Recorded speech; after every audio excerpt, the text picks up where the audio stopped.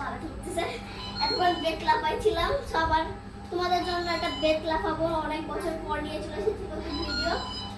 তো চলো শুরু করা যাক। তোমরা কিন্তু গুনে কমেন্টে লিখবা, কমেন্ট করছি, এই ভিডিওটা শেয়ার করবা, লাইক করবা, সাবস্ক্রাইব করবা।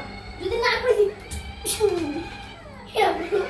ready 1 2 3 go 3